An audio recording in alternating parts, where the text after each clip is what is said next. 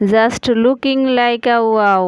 আজকে আমি আপনাদের সাথে কথা বলবো না, আজকে কথা বলবে আমার রেসিপি। এমন একটা সহজ রেসিপি আপনাদের সামনে নিয়ে হাজির হয়েছি, এটা দেখার সাথে সাথে পানি চলে আসবে মুখে। মুখে পানি চলে আসলেই তো হবে না, চলেন যাই রেসিপিটি শুরু করে। এখানে আমি চিনি গুঁড়া চাল নিয়েছি 1 কাপ। 1 কাপ চালের সাথে আমি হাফ কেজি পানি দিয়েছি। পানিটা ভালো করে ফুটিয়ে জর্দার কালারটা পানির সাথে মিশিয়ে আমি চালটা দিয়ে দিলাম। স্বাদ মতো একটু লবণ দিয়ে দিলাম। ভালো মতো এখন আমি এই চালটা সিদ্ধ করে নেব। ভিতরে যেন মাছ না থাকে, মাছ থাকলে কিন্তু পরে চিনির শিরার ভিতরে দিলে কিন্তু জর্দাটা একদম চাল চাল হয়ে যাবে। এই জন্য ভালো করে একটু সিদ্ধ করে নিতে হবে। এখন চালটা আমি ভালো করে পানি ঝরাতে দিয়ে দিছি। এই ফাঁকে নিয়ে নিছি ঘি, পরিমাণ মতো কয়েক রকমের বাদামগুলো দিয়ে ঘির সাথে একটু ভালো করে ভেজে 1 কাপ চালের জন্য আমি 1 কাপ চিনি ব্যবহার করেছি। এইখানে দিয়ে দিছি একটা মালটার রস করে রেখেছিলাম সেটা। এখন আমি সিদ্ধ চালটা দিয়ে দিব চিনির শিরার ভিতরে। চিনির শিরার ভিতর পুরো চালটা দিয়ে হালকা হাতে কিন্তু নাড়াচাড়া করতে হবে, তা না হলে কিন্তু জর্দাটা ভাঙা ভাঙা হয়ে যাবে, দেখতে ভালো হবে না, খেতেও ভালো লাগবে না। এইভাবে চিনির শিরার সাথে 5-6 মিনিটের মতো একটু রান্না করে নিলেই কিন্তু ঝরঝরা জর্দা হয়ে যাবে। আজকে আমি ক্রিম জর্দা বানাবো, এর জন্য এইখানে তেমন ঝরঝরা করতেছি না আমি একটু।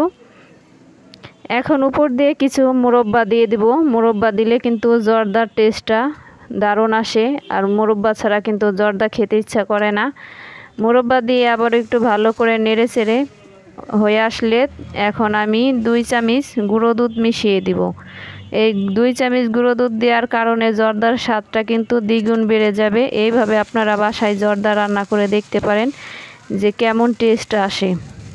আমার রেসিপি ফলো করে যদি আপনারা বাসায় জর্দা রান্না করে খান, অবশ্যই আমাকে ধন্যবাদ দিতে বাধ্য হবেন। জর্দাটা আমার রান্না হয়ে গেছে। এখন আমি এইখানে ক্রিম বানাবো।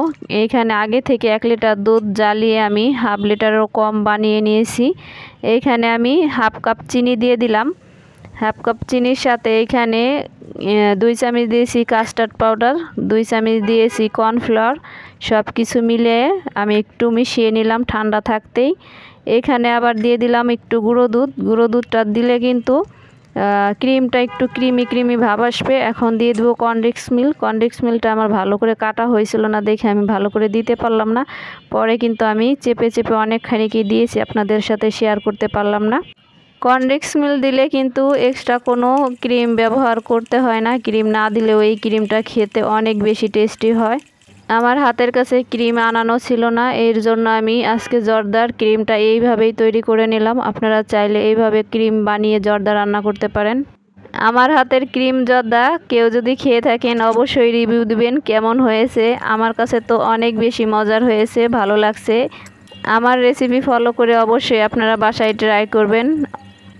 রেসিপিটি ভালো লাগলে অবশ্যই একটা লাইক, কমেন্ট এবং শেয়ার করতে ভুলবেন না। সবাইকে ভিডিওটি দেখার জন্য অসংখ্য ধন্যবাদ। সবাই ভালো থাকবেন।